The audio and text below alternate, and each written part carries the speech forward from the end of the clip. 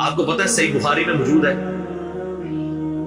عروہ ابن زبیر حضرت ابو بکر کا نواسہ کہتا ہے کہ میں نے عبداللہ بن عمر بن عاص سے پوچھا کہ نبی علیہ السلام پہ جو کافروں نے مصیبتیں ڈھائی تھی ان میں سے کوئی مشکل وقت ہمیں بتائیں۔ احد کا وقت تو سب کو پتہ ہے، تو انہوں نے کہا مجھے وہ وقت یاد ہے کہ مکے کا دور تھا، تو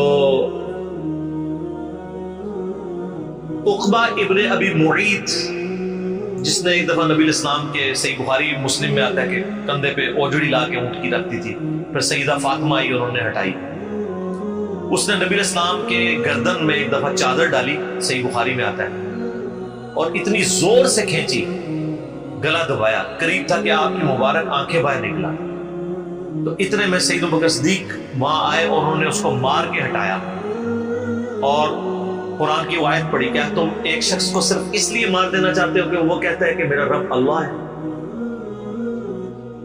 اور پھر اس کے بعد جو حضرت بکر کی پٹائی ہوئی وہ الگ چیز ہے، لیکن وہ اس لیول کے اوپر اپنی جان نثار کرنے کے لیے تیار ہو جاتے تھے۔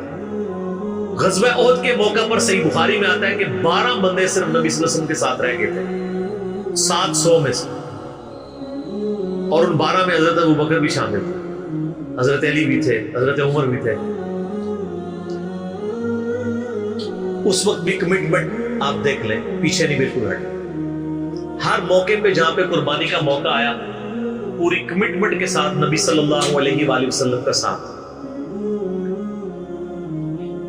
حضرت عمر بن عاص کہتے ہیں بخاری اور مسلم دونوں میں، نبی علیہ السلام نے مجھے ایک لشکر روانہ کیا تو اس لشکر کا امیر بنایا، تو مجھے یہ زوم ہوا کہ میں حضور کا بڑا لاڈلا ہوں، تو میں نے کہا یا رسول اللہ صلی اللہ علیہ وسلم آپ کو لوگوں میں سب سے بڑھ کے محبوب کون ہے؟ تو فرمایا عائشہ سلام اللہ علیہ۔ تو میں نے کہا نہیں یا رسول اللہ میں مردوں میں پوچھ رہا ہوں، تو کہا اس کا باپ ابو بکر، پوچھا اس کے بعد، کہا عمر، اور پھر کہتے ہیں میں حضور سے پوچھتا گیا، آپ نام لیتے کہ میرا نام کوئی نہیں لیا، پھر میں خاموش ہو گیا کہیں میں ان بندوں میں شامل ہی نہ ہو۔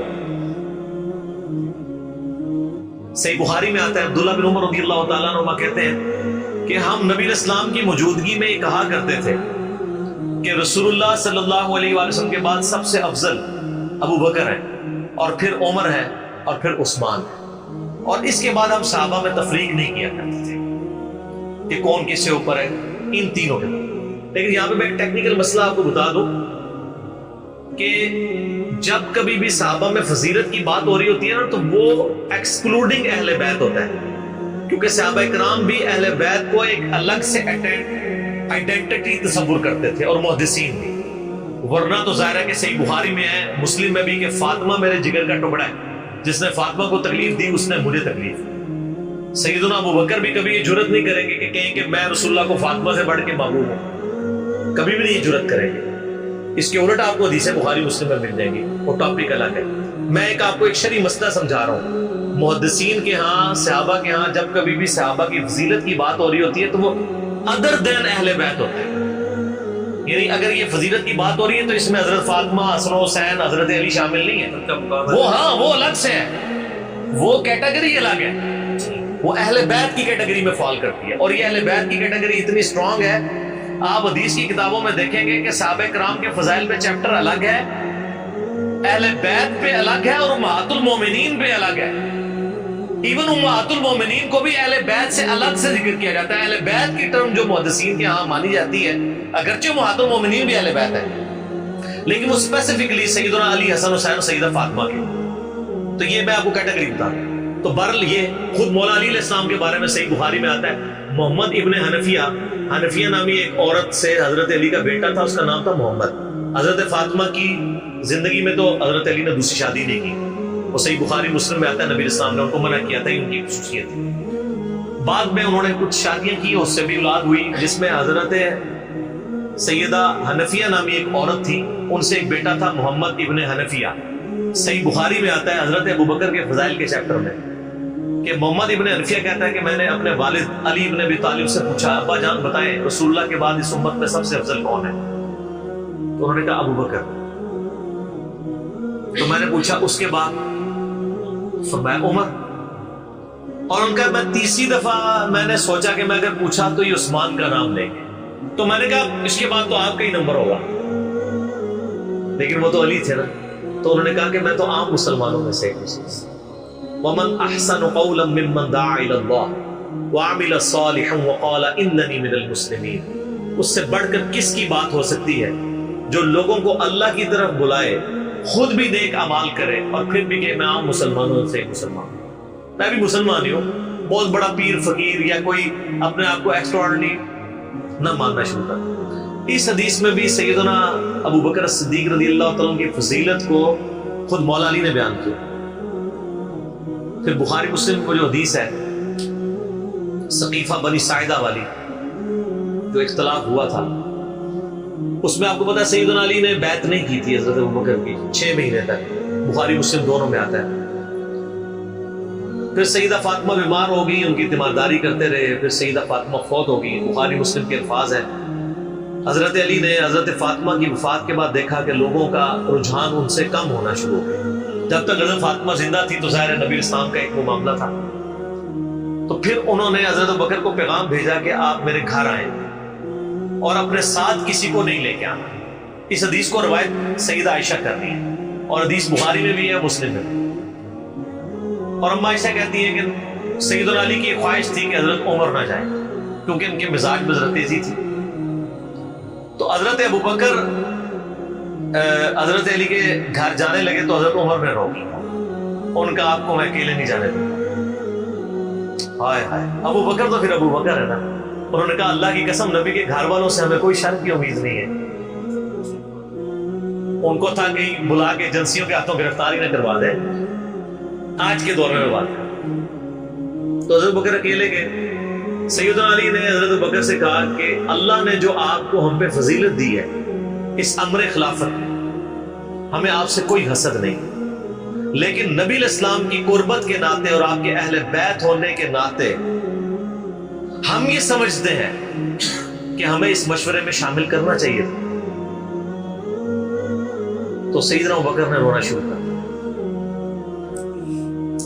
رونے کا مطلب یہ تھا کہ انہوں نے اس چیز کو ایکسپٹ کیا کہ یہ ٹیکنیکلی مسئلہ مس ہینڈل ہوا ہے، لیکن وہ کیوں ہوا وہ میں نے پورا 3 گھنٹے کا لیکچر ریکارڈ کروایا۔ مسئلہ 55B، وصی رسول کون ہے اور حدیث قرطاس کا تحقیقی جائزہ۔ جب رونا شروع کیا تو سیدنا علی نے کہا کہ بس اب میں آپ کی اعلانیہ بیعت کروں گا، یہ ہے للہیت، ورنہ وہ کہتے کہ ابوبکر میں بیعت کرتا ہوں باہر جا کے بتا دینا، یہ کام ہوتا تو اکڑ والا ہوتا، لیکن وہ تو علی تھے، اکڑ تو دور دور تک نہیں تھی، زہد تھا، عاجزی تھی، اللہ کا تعارف تھا۔ کہا میں اعلانیہ بیعت کروں گا آپ کی۔ آج کے ہوتے تو کہتے جی باہر جا کے آپ بتا دیں، میں ایک ٹویٹ کر دوں گا پیچھے سے کہ بس ہو گئی ہے ہمارا آپس میں۔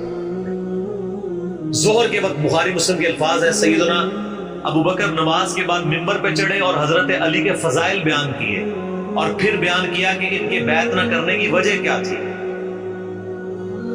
اور پھر ممبر سے نیچے اتر آئے۔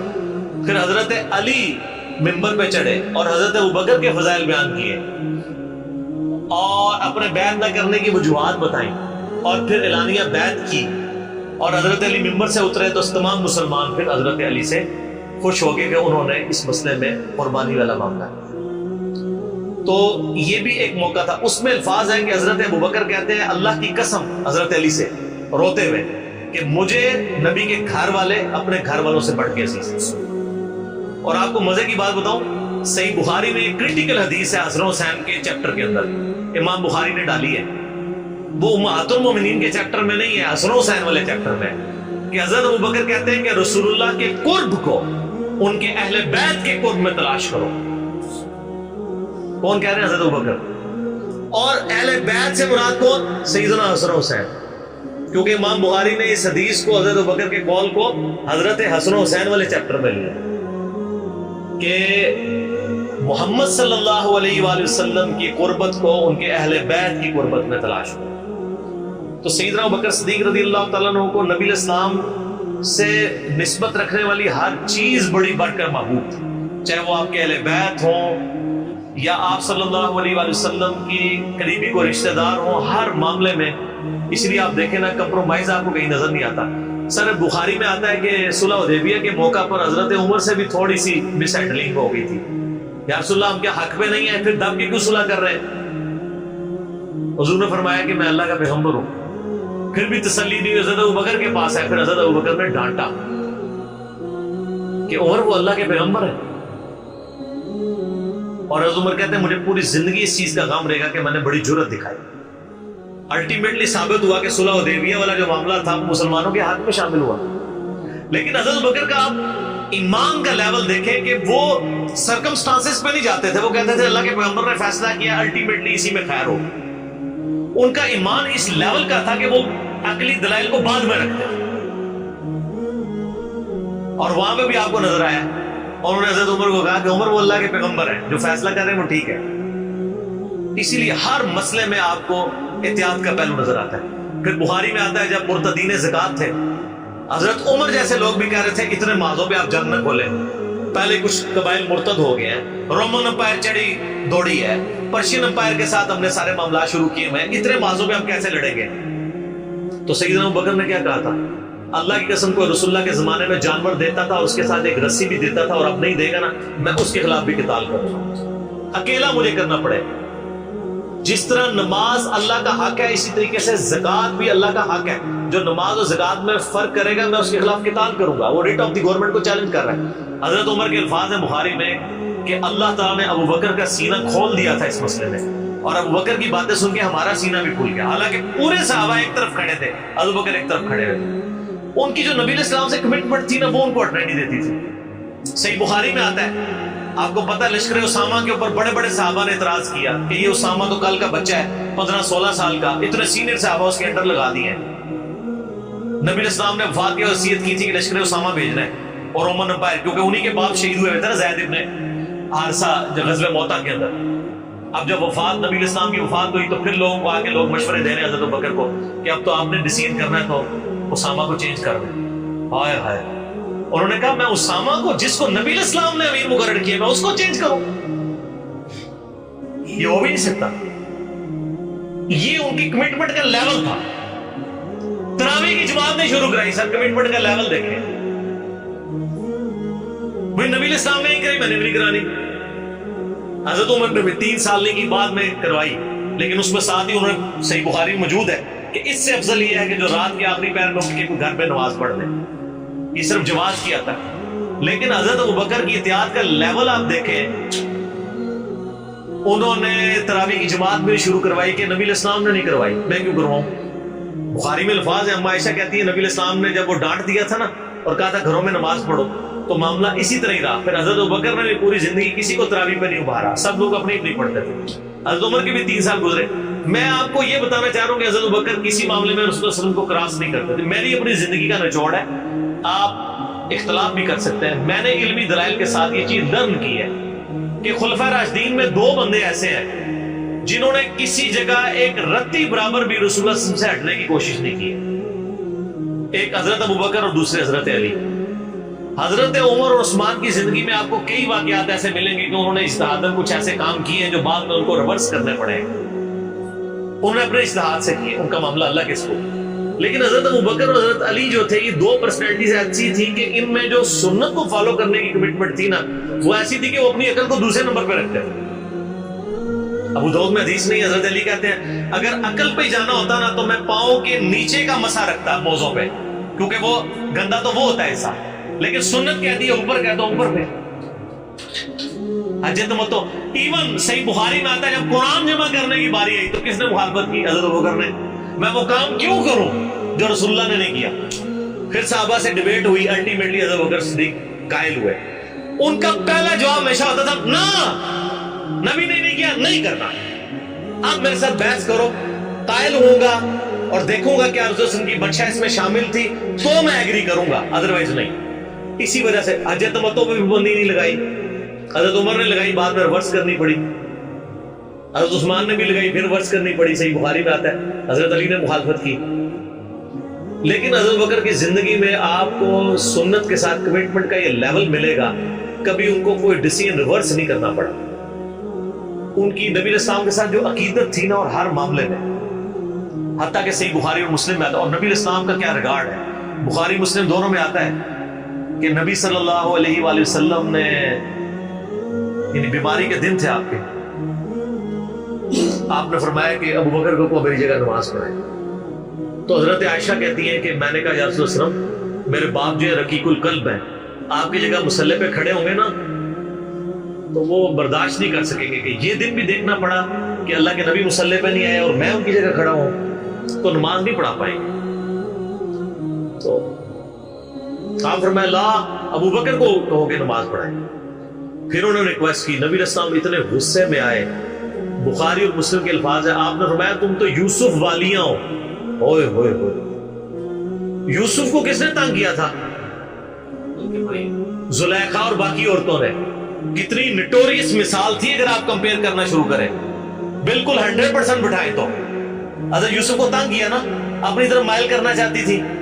یہاں پہ وہ والا نیگیٹو پہلو نہیں تھا، لیکن یہاں پہ نبی علیہ السلام نے اپنی بیویوں کو کیا کہا، تم بھی یوسف والیاں ہو۔ جس طرح ان عورتوں نے یوسف کو اپنی مرضی کے مطابق چلانے کی کوشش کی تھی، تو مجھے اپنی مرضی کے مطابق چلا رہی ہو۔ ابو بکر کو کہو کہ نماز پڑھے، اتنی کمٹمنٹ۔ پھر انہوں نے نماز پڑھائی۔ صحیح بخاری میں آتا ہے، اما عائشہ کہتی ہیں حضور اپنی وفات کے دنوں میں کہتے تھے، عائشہ میرا ارادہ ہے میں تیرے بھائی عبد الرحمن بن ابی بکر اور تیرے باپ ابی قحافہ ان کی یعنی وہ نیت تھی، اس کو بلاؤں اور ان کو میں لکھ دوں۔ مجھے خطرہ ہے کہ میرے بعد کوئی ڈیمانڈ کرے گا، لیکن اللہ اور میری امت ابو بکر کے علاوہ کسی کے لیے راضی نہیں ہوگی۔ یہ تو بعد میں پتہ چلا نبی علیہ السلام اشارتاً کیا بات کر رہے تھے، امر خلافت۔ اس حدیث کے تحت میں نے 55B مسئلے میں بتایا کہ نبی علیہ السلام اگر اپنی زندگی میں کسی کو خلیفہ نامزد کرتے تو حضرت ابو بکر کو کر کے جاتے، کیونکہ نبی علیہ السلام بادشاہ نہیں تھے، اللہ کے پیغمبر۔ آپ اپنے خاندان میں کبھی بھی یہ معاملہ نہیں کر سکتے، اور یہ بات صحابہ کرام کو پتہ تھی۔ لیکن جب اللہ نے آپ کو گارنٹی دی کہ اللہ اور میری امت ابو بکر کے علاوہ کسی پر راضی نہیں ہوگی، تو پھر نبی علیہ السلام نے اس مسئلے کو ان اٹینڈڈ چھوڑ۔ بخاری میں ہی آتا ہے، ایک عورت حضور کے پاس آئی اور کہا یا رسول اللہ آپ فوت ہو جائیں اور میں اس کے بعد آؤں اور آپ کو نہ پاؤں، تو فرمایا ابو بکر سے مل لیں میرے بعد۔ اشارے تو کافی آپ نے چھوڑے ہوئے تھے اس حوالے سے۔ صحیح بخاری مسلم میں حدیث ہے، نبی علیہ السلام ایک باغ میں بیٹھے تھے، ابو موسیٰ اشعری کہتے ہیں دروازے میں دستک ہوئی، آپ فرمایا جو کوئی بھی ہے اسے جنت کی بشارت دے دو۔ کہ دروازہ کھولا سیدنا ابو بکر، میں نے کہا رسول اللہ نے جنت کی بشارت دی، تو انہوں نے کہا کہ تکبیر بلند کی اور اللہ کا شکر ادا کیا، اللہ اکبر کبیرہ والحمدللہ کثیرہ۔ نبی علیہ السلام کنویں کی منڈیر میں بیٹھے ہوئے تھے، آپ نے ابو بکر کو اپنی دائیں جانب بٹھا لیا، ٹانگیں لٹکا کے۔ وہ جو پرانے زمانے میں بڑے کنویں ہوتے تھے، وہ چھوٹی سی دیوار باہر نکلی ہوئی ہوتی۔ پھر تھوڑی دیر بعد دستک ہوئی، آپ فرمایا آپ بھی جو آتا ہے جنت کی بشارت دے دو۔ دروازہ کھولا سیدنا عمر، ان کو بشارت دی، انہوں نے بھی پھر اللہ کی حمد اور تکبیر بلند کی۔ پھر تیسری دفعہ دستک ہوئی، فرمایا اب جو کوئی ہے اسے جنت کی بشارت دو، لیکن ان مصیبتوں اور پریشانیوں کے ساتھ جو اسے آئیں گی۔ دروازہ کھولا تو سیدنا عثمان، انہوں نے اللہ کی حمد بیان کی اور کہا میں اللہ کی پناہ میں آتا ہوں ان فتنوں سے اور پریشانیوں سے جسے مجھے اس کا سامنا ہے۔ حضرت عمر کو حضور نے بائیں جانب بٹھا لیا، اب دائیں اور بائیں جگہ ختم ہو گئی تھی، تو حضرت عثمان سامنے آ کے بیٹھ گئے۔ راوی کہتے ہیں کہ میں نے اس سے یہ رزلٹ نکالا ہے کہ ابو بکر و عمر رسول اللہ کے ساتھ دفن ہو گئے اور حضرت عثمان کی قبر رسول اللہ کے سامنے ہوئی۔ سر آج بھی میں حضرت عثمان غنی کی قبر مبارک پہ کئی دفعہ حاضر ہوا ہوں، ایگزیکٹ روضہ شریف کی سیدھ میں قدموں کی جانب، اور ابو بکر عمر ساتھ ہیں۔